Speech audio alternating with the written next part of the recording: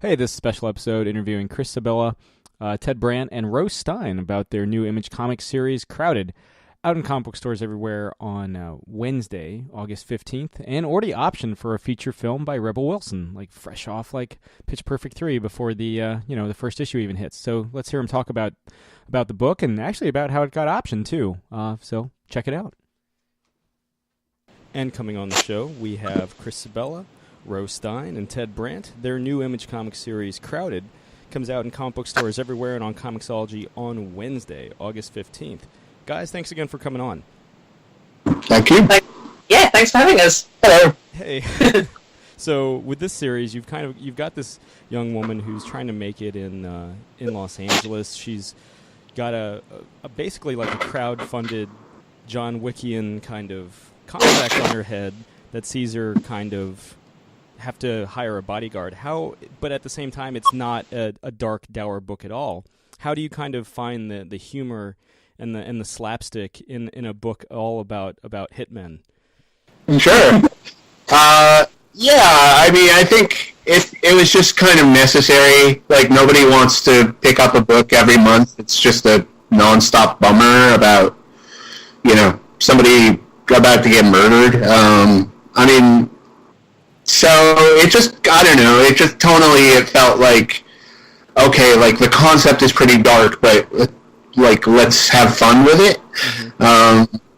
It's gallows humor, like that's kind of the stuff I'm drawn to the most, so I think it just made a lot of sense, especially like when Ted and Ro started actually drawing it, then it was like, oh yeah, well, that's what the book is now. Yeah, from our end, then we're both British. We grew up on exactly that kind of humour and depression.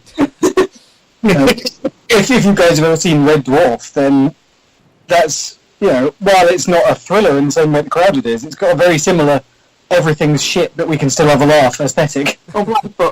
Yes.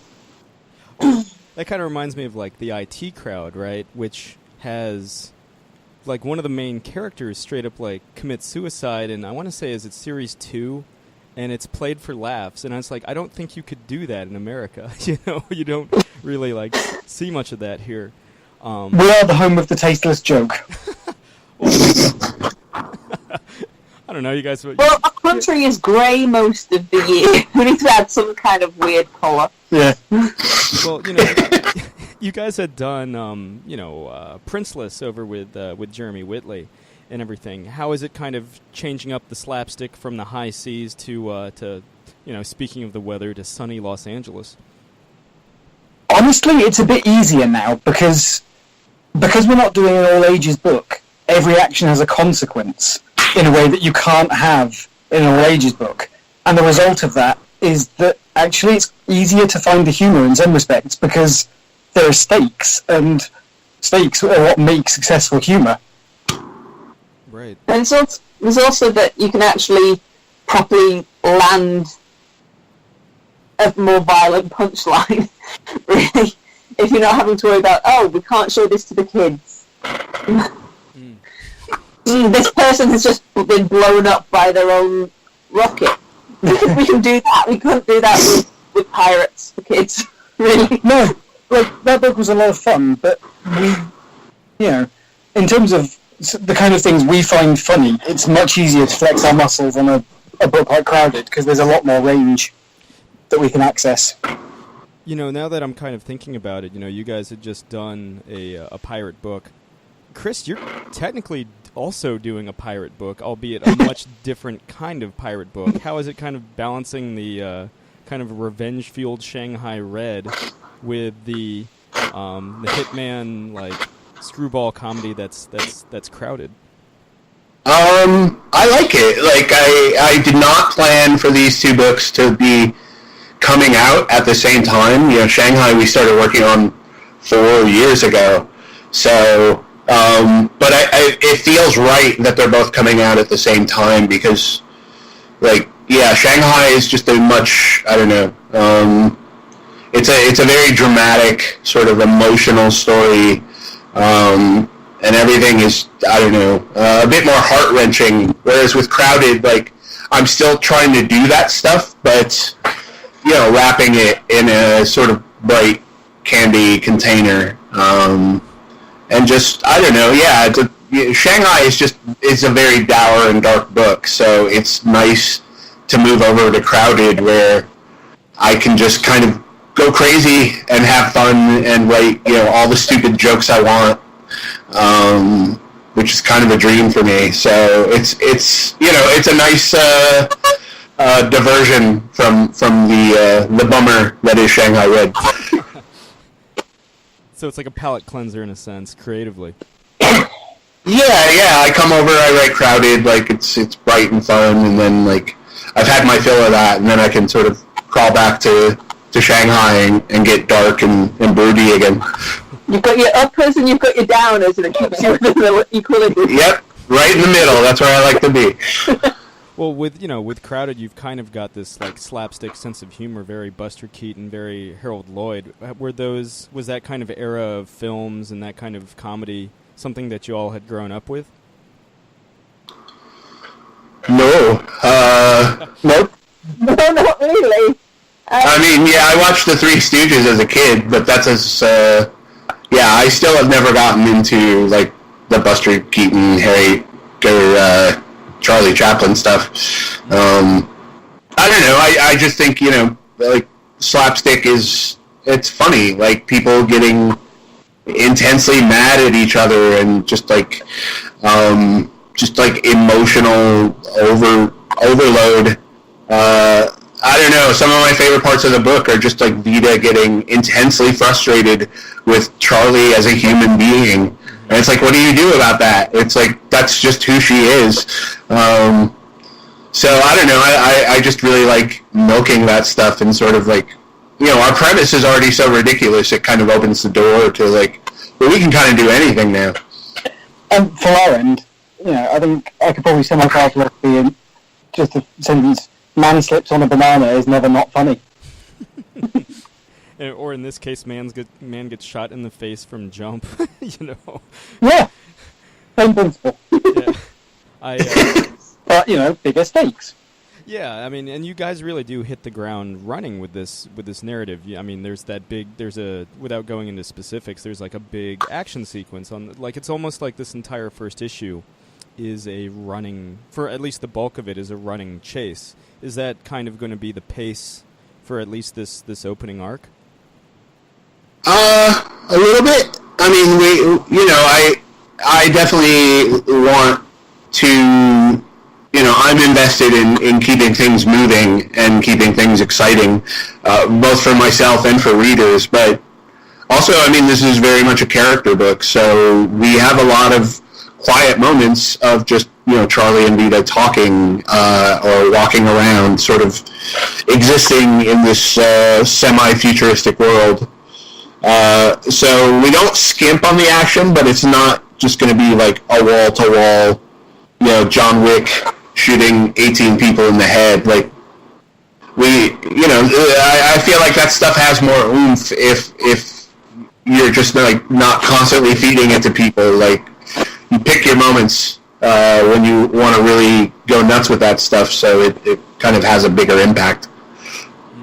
Well, yeah, if you had like just 20 issues of that, you would just be completely desensitized to it. It's like, Yeah, and it's like, why do I care about these people who are, going to die? Like, I mean, that's the trick is, we want to give you cool ass scenes and like thrilling stuff, but we also want it to matter to you, and it's not just like, oh, that was really cool, and I've forgotten about it 3 minutes later because it could have been anybody. Right, kind of adding a little gravitas to the whole thing. Yeah, I mean, and that's mostly, that's my favorite part of comics is writing characters, so if I wasn't invested, I don't see how anybody else could be. So that's always the trick, is making sure that I'm super invested in these characters and what happens to them, and hopefully that translates. Speaking of like attracting readers and that sort of thing, and making sure that it connects with you guys on a personal level, Chris, you had originally offered Ted and Ro a couple books, and this was the one that they ended up picking. I was wondering what was it about Crowded? It was Cold War, if I remember correctly, was the other one that was on the short list. What was it about Crowded that appealed to you guys? Well, I think it's because as soon as we heard the concept, we could both tell that there was scope for comedy in it. Mm-hmm. And because we're not very serious people. and I don't think we would have enjoyed doing Cold War as much, because what's been made of a Cold War is fantastic, and I don't think we'd have done as good a job on that. Yeah, Hickey Sherman absolutely knocked that out of the park. He was clearly the right man for the job. But for it was as soon as Chris, started describing Charlie and Vita to us, that was when it became obvious that we could do something really fun with this book. And then, with speaking of Charlie and Vita, we start to see bits of their past. Certainly Charlie's. But are we going to kind of see more glimpses of their respective background, kind of Godfather 2 style, over the course of the opening arc, to kind of as they figure each other out?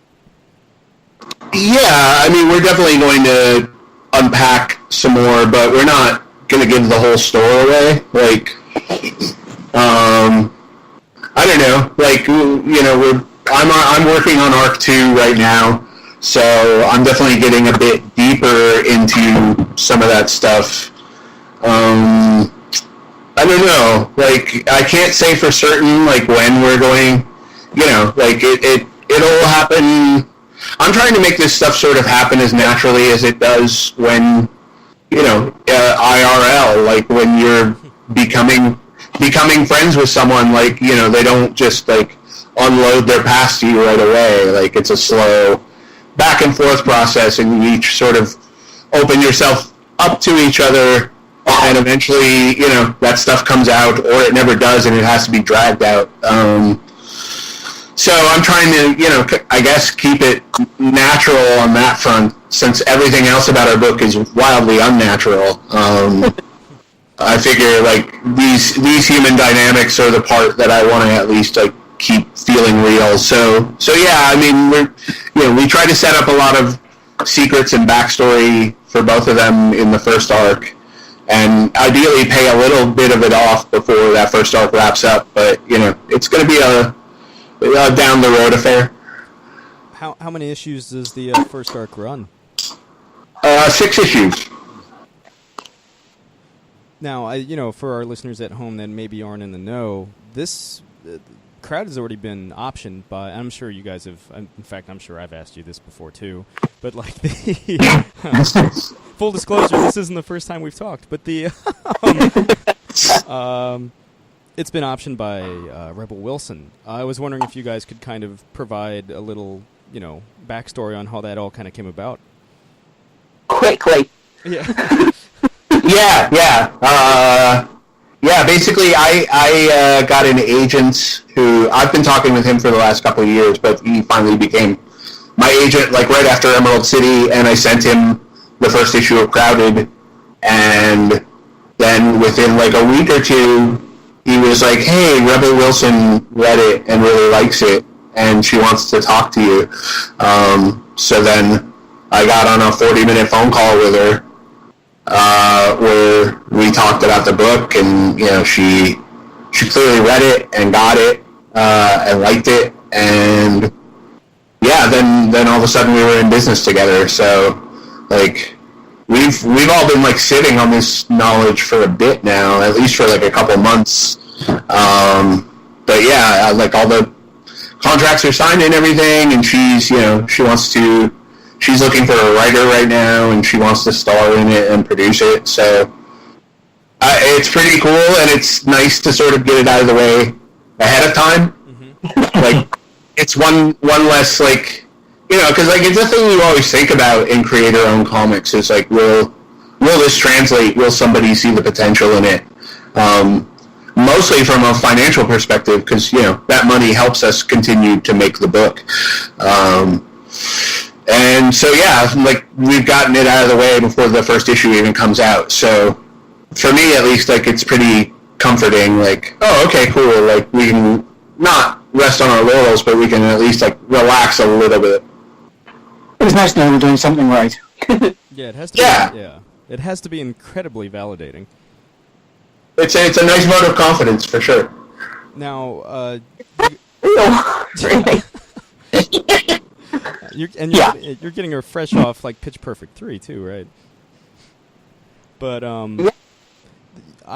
you had mentioned Red Dwarf earlier, and so if not Buster Keaton and Harold Lloyd and Charlie Chaplin, they don't necessarily have to directly inform the book, but what are some of your favorite, when you look to comedy, what are some of your favorite pieces of comedy? Looney Tunes. Yeah. So I was just thinking, when we're talking about all the chasing and stuff earlier, it's kind of like a Wile E. Coyote cartoon, only we're not following the coyote. Do you have a favorite Looney Tune in particular? I really love the Bugs Bunny one with the opera, and Bugs is riding on that big fat horse. Mm. In terms of characters, out of Charlie and Vito, Vito's my favourite, which probably maps quite neatly onto the fact that my favourite Looney Tune character is Daffy Duck. Oh. Oh God, yeah. Because, frankly, those two are a really close match to each other in a lot of movies. Chris, you got a favorite Looney Tune? Yeah, I mean, I it's cheap, but I like Bugs Bunny a lot. Like he's, I can't think of. I was always more of a Tex Avery guy. Oh yeah. With like the Wolf cousins going out for a night out in the town and stuff like that. So yeah, for me at least, like comedically, a big influence on this book is the movie Midnight Run with Robert De Niro and Charles Grodin, and also The Rundown starring The Rock, which they're both like sort of buddy movies. Where one is sort of the authority figure and the other is sort of the bad person, and I don't know. It's a dynamic I really like when it's done well. So I'm aspirationally trying to add to the genre with Crowded. As far as modern movies go, I think probably the closest we've got to trying to match tonally is War on Everyone. What is that? I haven't seen that. What is that? It's absolutely amazing. Michael Pena and Alexander Skarsgård, and they're just a pair of hopelessly corrupt cops trying to play every side off against each other and walk out with a profit. I need to. It's on Netflix. Oh. So I need to adding it to my list right now. Do yourselves a favour, because it's very funny and very dark. Yeah. Okay. I'll Yeah.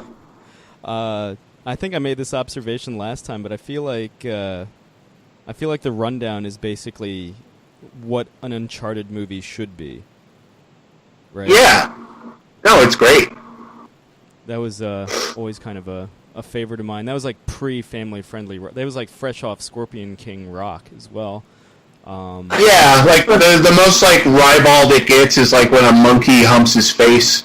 But it still has like a really dark element of like Christopher Walken like running that weird like diamond mining compound, and like employing like a dude with a whip to like beat people. But yeah, it's mostly just like a live action cartoon of The Rock, like just sort of getting pounded. I don't know. Yeah, I kind of love that genre of like the sort of like perfect person, and they come up against the randomness of real life, and they just like cannot deal. Yeah.